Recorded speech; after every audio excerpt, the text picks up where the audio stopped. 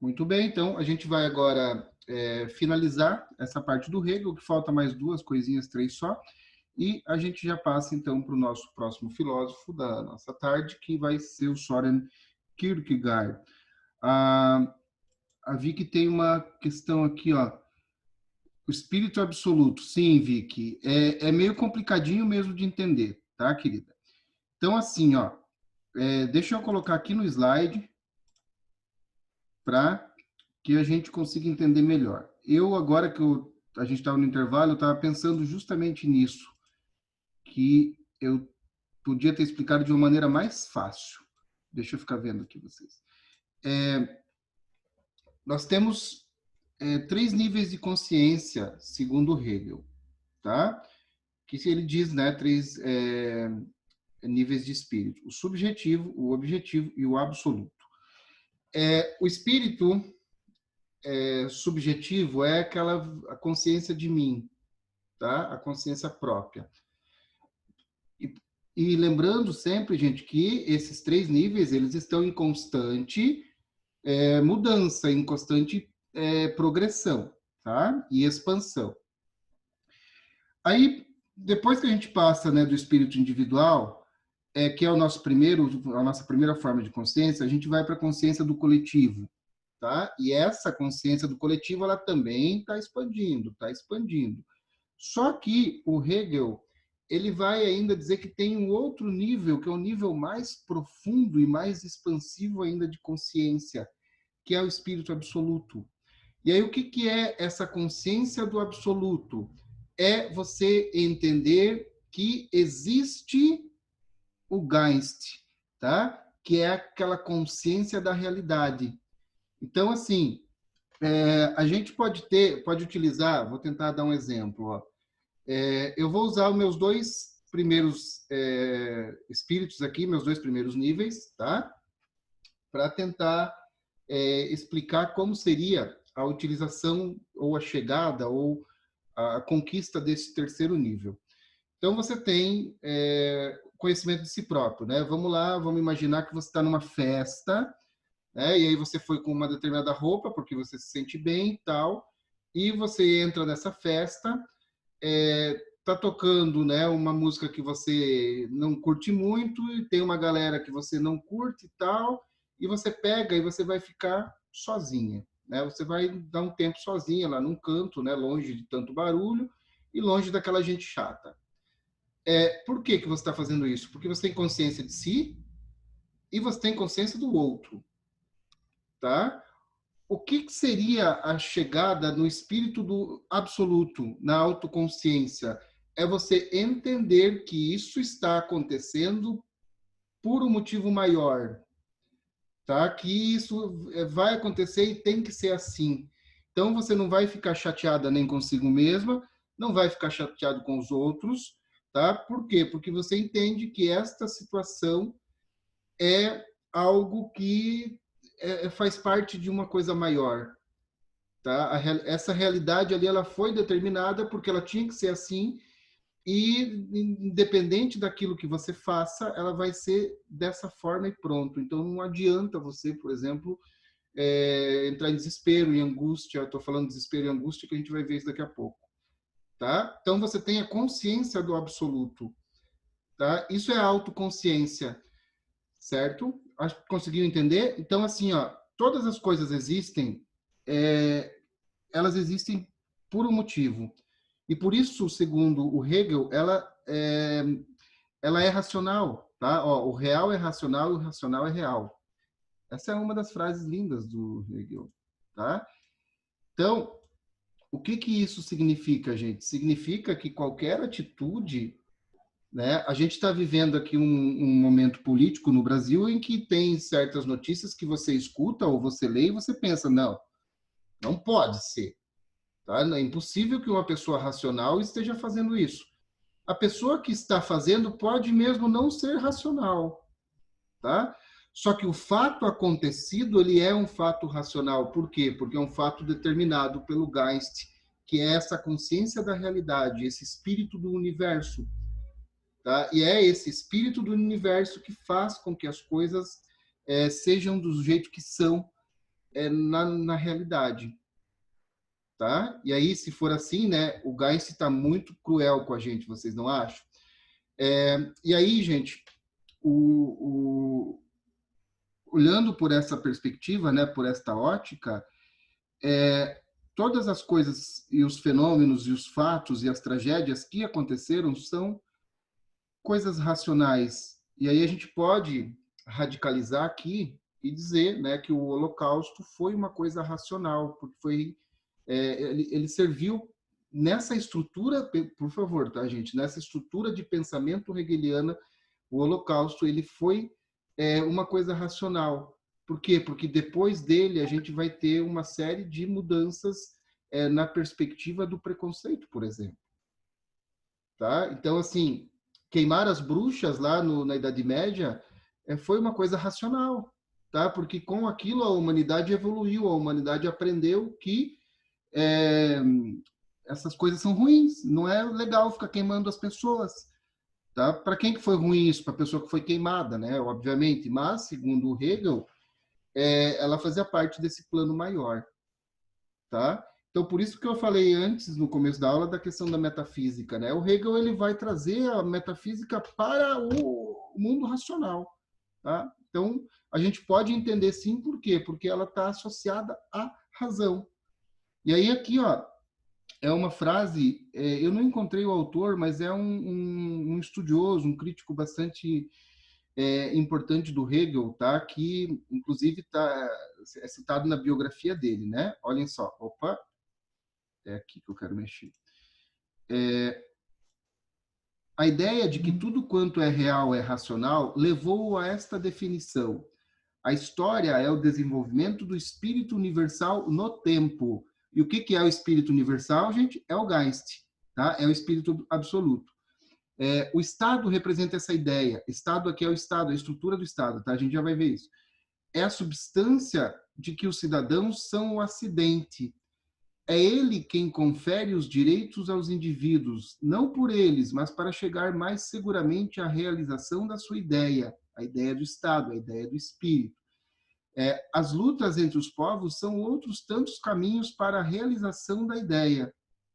A força triunfa, mas não é senão um símbolo, o sinal visível do direito. Esta concepção da história leva à negação da liberdade individual, à glorificação do fato consumado e à divinização do êxito. Essa última frase eu acho sensacional.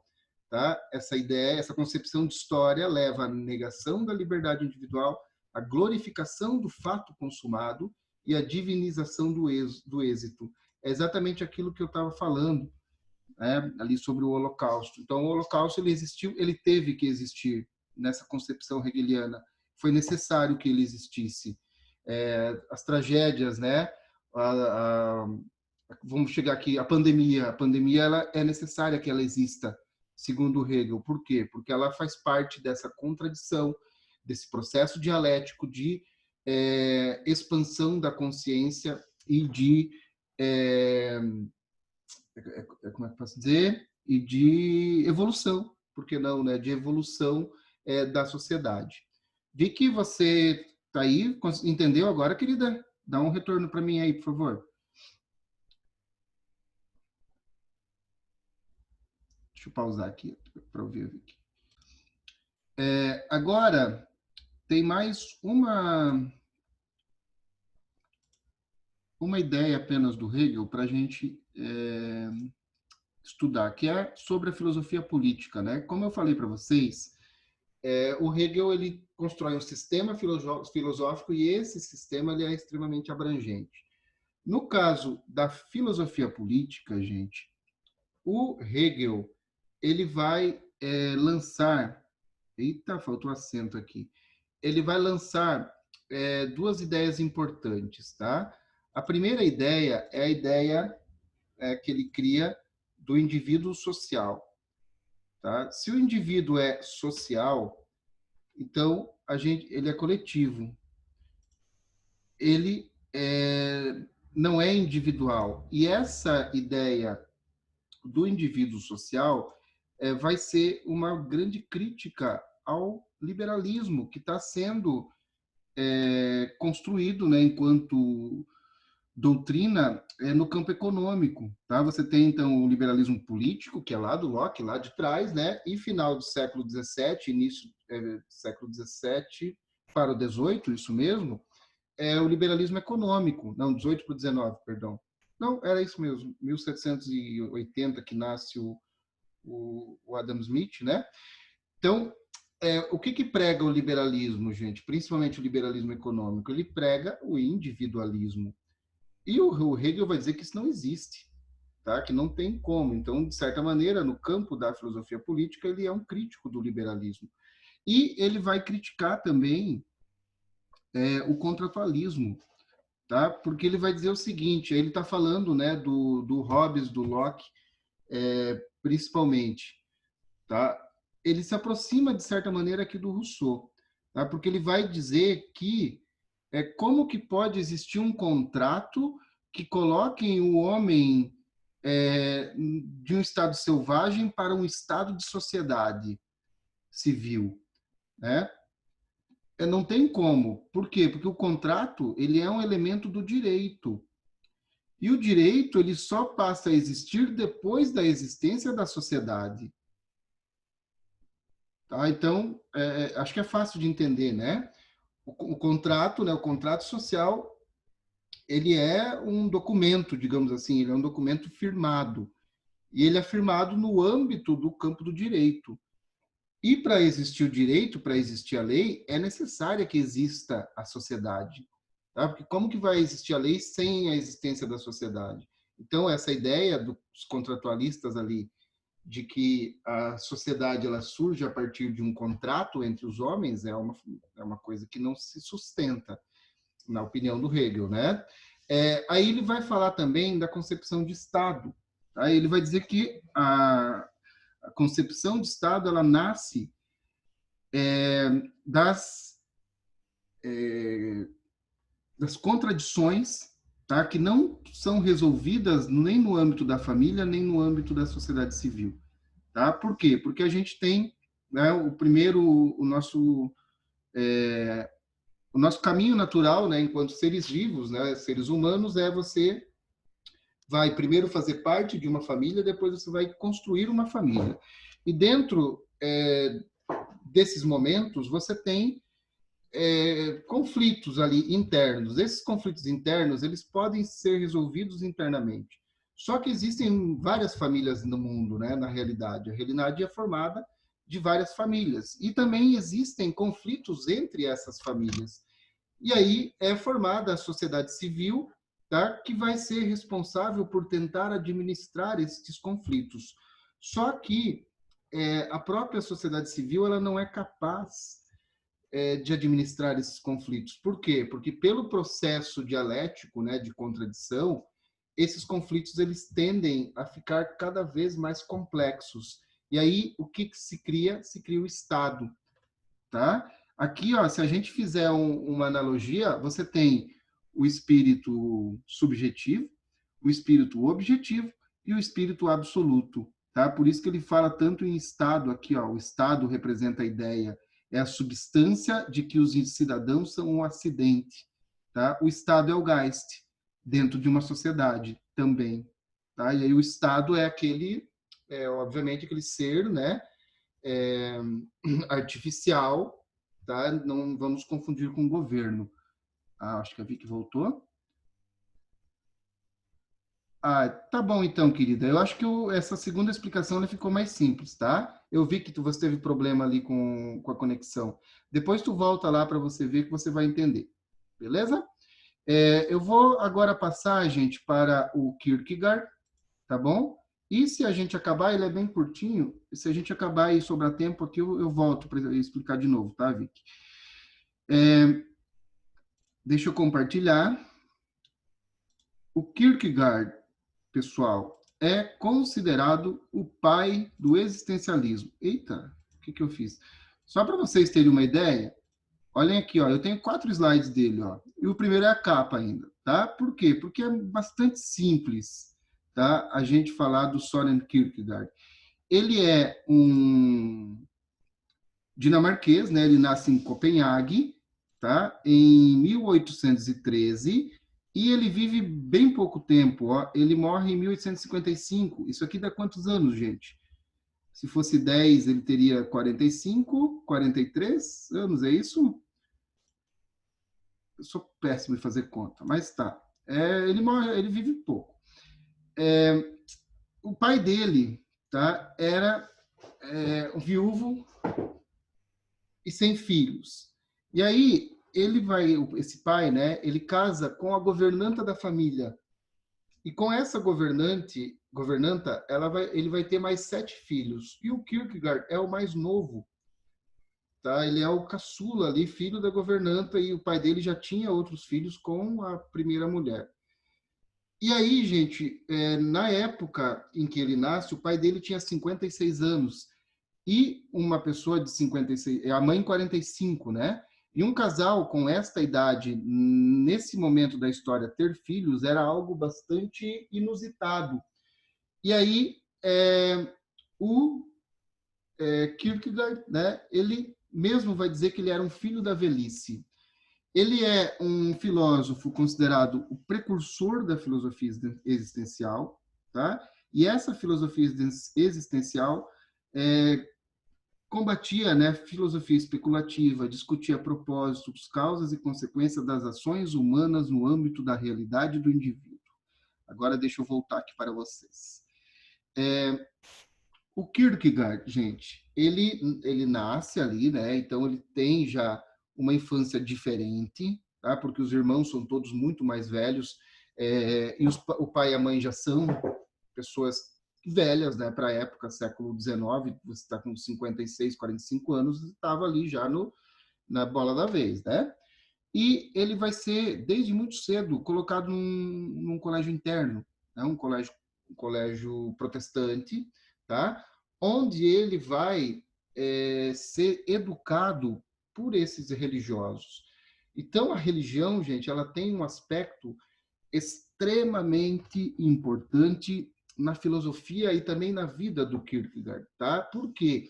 Porque ele vai ser um cara que, por estudar a vida toda, né, de uma maneira muito constante, muito regrada, a religião, ele vai se tornar uma pessoa melancólica, uma pessoa, Carol ia adorar dessa palavra, uma pessoa em si mesmada, né, introspectivo, tal. E ele vai estudar,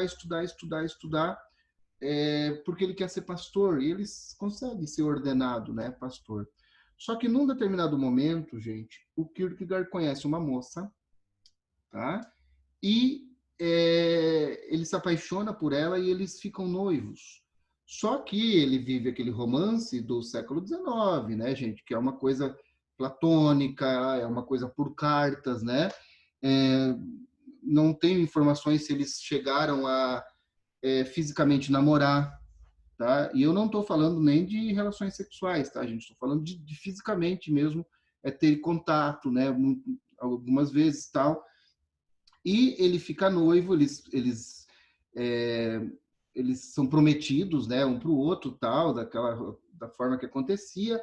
E aí eles ficam escrevendo coisa e vai, e o casamento é marcado e o Kierkegaard ele está exultante de felicidade, né? E é a maior realização da vida dele, né? Tanto que ele se afasta, inclusive, dos estudos ali num determinado período. E adivinha o que acontece? Quando se aproxima a data do casamento, a noiva rompe com ele. Tá? Ela rompe com ele, ela desaparece. As meninas fazem isso, tá? De vez em quando, vocês aí estão vendo.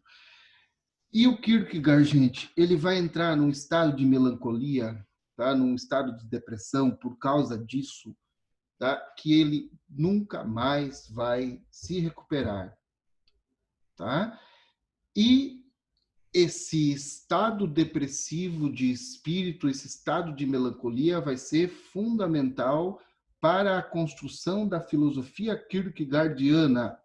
Ele, gente, vai ser um filósofo que vai ser totalmente desprezado no mundo filosófico do seu tempo, tá? Se você chega ali no período, né, do século XIX, o Kierkegaard, quem é Kierkegaard? Ninguém sabe, tá? Porque a filosofia dele ele vai ser lido e as pessoas vão achar irrelevante, tá? Só que mais tarde, filósofos como Nietzsche, como Freud, vão buscar em Kierkegaard as bases do existencialismo contemporâneo, tá? Então você tem na linha ali na Kierkegaard, Nietzsche, Freud, e depois com Freud você tem esse existencialismo, né, se enveredando para várias vertentes do campo dos estudos da mente. O Kierkegaard, então, ele vai ser o primeiro, tá? E aí, por que ele é irrelevante, gente? São questões, assim, bastante interessantes de você analisar. Ou ele estava muito à frente do seu tempo, né, que as pessoas ali liam aquilo e ainda não entendiam que era importante, tá? Ou essa história de vida dele, porque vai representar uma vergonha muito grande, né, para ele, para a família, ele ser rejeitado, digamos assim, prestes ao casamento, muito próximo ao casamento, tá? E tem também toda a personalidade dele, né, que ele é um cara totalmente triste,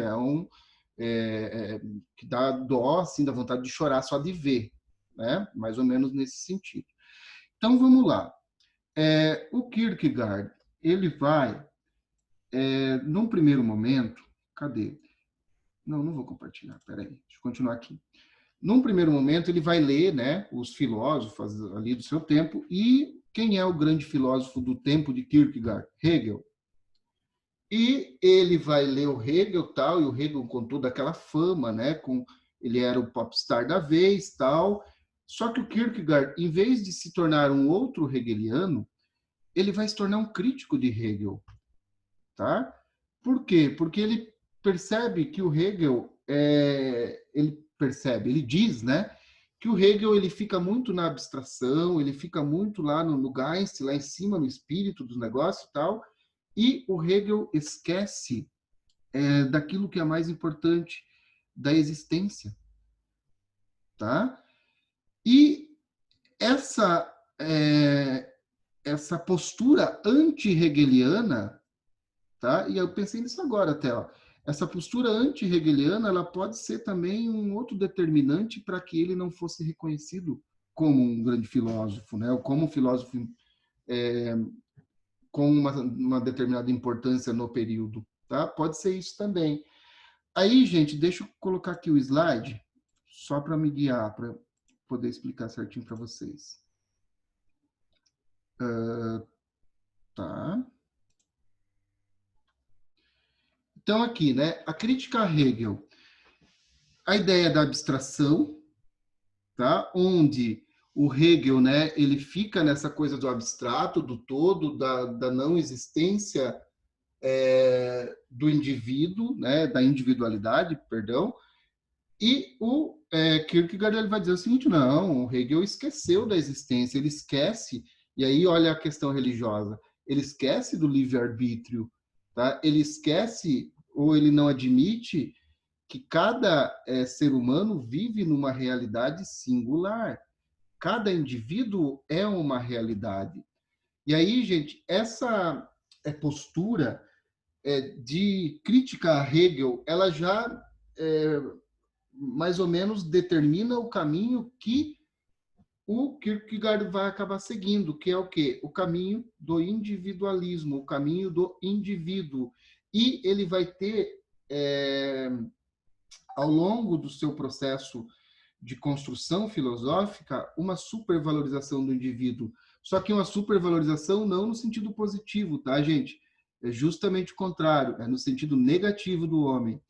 E aí, ainda na crítica a Hegel, né, sobre as decisões morais. O Hegel, vocês viram que o Hegel dizia que as nossas decisões morais, moralidade, ética, essas coisas, elas são determinadas pelo processo histórico, né, pela sociedade e tal. E o Kierkegaard ele vai dizer que não importa o contexto histórico, você é guiado pelas tuas vontades, tá? Aqui ele se aproxima um pouquinho do Kant, lembra? Então, segundo o Kierkegaard, as decisões que você toma, elas são única e exclusivamente suas, tá? Ela não é definida por uma coisa que está além de você, ou algo que é exterior a você. As suas decisões são coisas íntimas, singulares e suas. E você é o único e exclusivo responsável por elas. A gente pode achar que isso é bom, né? Só que, segundo Kierkegaard, isso é muito ruim. E aí ele vai ter também a crítica ao iluminismo, tá? Então ele vai, olha só, gente, quando eu falo de supervalorização do indivíduo, é algo que a gente tem que analisar bem, né? Inclusive relativo ao próprio Kierkegaard, porque ele vai bater em Hegel e vai bater em Kant, tá? E aí Kant e depois Hegel são os dois grandes filósofos ali, né, do século 18 para o 19, tá? E aí qual é a crítica que o Kierkegaard vai fazer ao iluminismo e indiretamente a Kant, né? Ele vai dizer o seguinte, que o iluminismo vai ser o momento em que o homem vai, de maneira definitiva, se afastar de Deus, tá? Então, é o momento onde o homem não tem mais Deus como uma referência, como um guia. E aí, os iluministas, eles vão dizer o seguinte, né, que o iluminismo representou a liberdade do homem. O Kant vai dizer que o iluminismo representa a maioridade intelectual do homem, quando ele se torna capaz de caminhar com as próprias pernas, sem a necessidade da ajuda de muletas. E o que seriam as muletas? Seriam esses grandes sistemas, essas ideologias, essas ideias que direcionavam o homem para um determinado caminho. E a religião é uma dessas muletas, Deus é uma dessas muletas, o Estado é uma dessas muletas. No caso do homem iluminista, agora ele se livrou das muletas. E agora ele pode decidir pela sua própria consciência. Isso não é maravilhoso, gente? Não segundo Kierkegaard. Por quê? Porque esse excesso de liberdade vai acabar sendo prejudicial, tá? E como que vai ser prejudicial? Ele vai analisar o seguinte: você está diante de um dilema, né? Você está diante de um problema. E se você não tem a referência, cadê a Bíblia? Não sei. Se você não tem a referência, né? O Hegel aqui, ó, você não sabe para onde ir. E aí você vai ter que escolher. Só que existe um leque quase que infinito de opções, a grande maioria das vezes. Eu posso fazer inúmeras coisas. Só que desse leque enorme de opções, quantas delas são a opção correta? Uma só. E quantas eu posso escolher que são erradas? Inúmeras. Então, segundo Kierkegaard, quando o homem se afasta de Deus, ele perde essa referência, e aí, diante das encruzilhadas da vida, ele não sabe mais para onde ir. E como a possibilidade de você escolher errado é muito, muito, muito maior do que a possibilidade de você escolher certo, né? É você jogar na Mega Sena e acertar, tá? É muito mais difícil, infinitamente, do que tu errar. É isso que ele está dizendo. E aí, gente, essa problemática, tá, de excesso de liberdade, de falta de referência, acaba gerando no ser humano angústia. Tá? E a angústia, gente, ela é extremamente trabalhada pelo Kierkegaard. Por quê? Porque a angústia gera o desespero e o desespero leva à morte. Tá? Então, a liberdade gera angústia e o excesso de liberdade vai te matar. Tá? E aí ele vai começar a analisar os modos de vida. E ele vai dizer que existem 3 modos de vida, tá? Que ele chama de estádios. Aqui, ó, a teoria dos 3 estádios. Estádio é modo de vida, tá, gente? Mas vai aparecer estádio se cair, não é o Maracanã, tá, gente? Estádio para Kierkegaard é modo de vida. Ele vai dizer que existem 3, o estádio estético, o ético e o religioso, tá? O que é o estádio estético? é aquele modo de vida baseado nos prazeres dos sentidos. Então, vocês devem conhecer pessoas, né, que têm um modo de vida estético. E aí o prazer, gente, não ele é todo tipo de prazer sensível. Pode ser o prazer sexual, pode ser o prazer de comer bastante, pode ser o prazer de comprar bastante, pode ser o prazer de se drogar, né, de se embriagar, pode ser o prazer que for, tá? E aí a pessoa, para se livrar da angústia, né, dessa angústia por não saber o que fazer, ela ela só consegue estar livre da angústia no momento em que ela está entorpecida deste prazer sensível. E aí esse prazer ele acaba e a pessoa volta a ter angústia. E aí a pessoa vai novamente voltar para esse comportamento prazeroso com um excesso ainda maior. E vocês sabem, né, que a mamãe de nós já falou para gente que todo o excesso faz mal. E aí esse ciclo, gente, de angústia e prazer desmedido e angústia, ele vai gerar um fim inevitável que é a morte, tá? Basta a gente olhar, tem gente que não consegue sobreviver, né?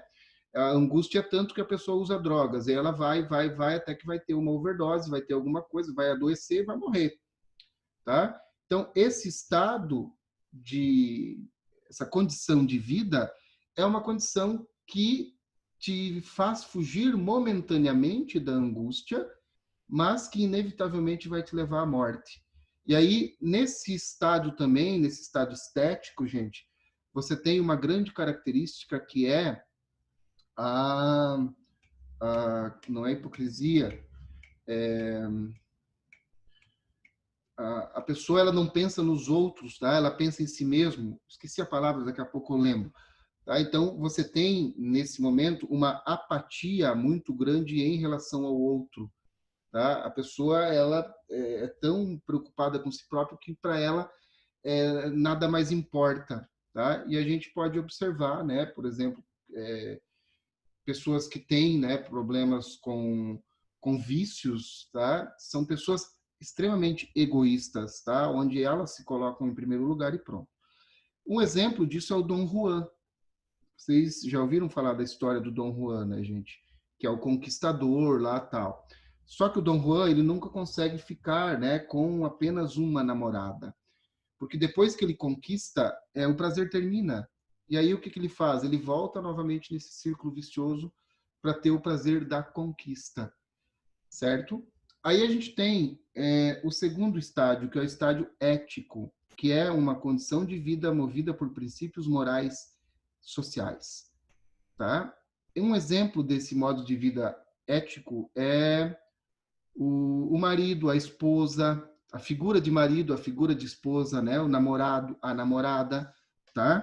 Que é aquela pessoa que, para parecer bem aos olhos da sociedade, acaba tendo atitudes que vão contra aquilo que ela queria fazer, tá? Com certeza, quem vocês têm namorados, não sei, né, gente? Mas namorados, namoradas, enfim. Quando você está no relacionamento, muitas vezes você vai acabar sendo levado a fazer coisas que você talvez não quisesse, mas você vai fazer em função do outro. Esse é o comportamento ético, tá? Você tem uma carapuça que você veste, né? Uma carapuça de pessoa correta, né? De pessoa certa, né? De cidadão de bem, e você vai ser levado muitas vezes a fazer coisas que você não quer. E aí, quando você faz isso, você entra em conflito consigo mesmo. E esse conflito, gente, ele sempre é vencido por aquilo que os outros querem, por causa da angústia de você parecer não adaptado, tá? E aí você vai anulando a si próprio, e esse ciclo de angústia, de desespero, ele vai acontecer, e de repente você acaba se corrompendo, né, entrando em desespero, e você vai morrer, segundo o Kierkegaard, tá? E aí o Kierkegaard tem o terceiro estádio, que é o estádio religioso, que é o modo de vida baseado na fé. É onde o ser humano volta a ter Deus como a referência. E aí ele vai ser salvo. Por quê? Porque agora a angústia acaba. Porque diante de uma encruzilhada você tem o quê? Você tem ali o manual, né, de como você proceder, que é a Bíblia. Tá? E aí, gente, então esse estádio, como o Ferrari falou, né, se jogar no colo de Deus, tá, significa o quê? Significa uma proteção, uma espécie de escudo contra a angústia, porque agora você finalmente entendeu, né, que Deus é necessário, tá? E aí, na prática, gente, vocês já devem ter vivenciado experiências práticas, tá, de pessoas nesses estádios de condição de vida, tá? Quantas pessoas que vocês é, pensem aí, tá? Vocês já conheceram alguém, né, que era uma pessoa toda certinha, tá? Toda certinha, tal. De repente vira a pessoa mais baladeira do mundo, tá? E aí começa a fazer loucura, tal, se envolve com drogas, pá, e depois vai para a igreja, tá? Geralmente o caminho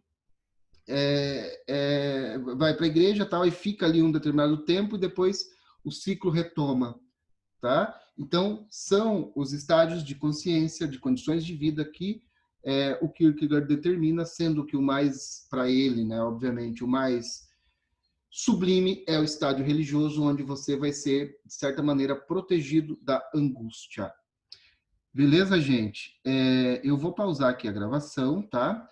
O Kierkegaard é bem facinho de a gente entender.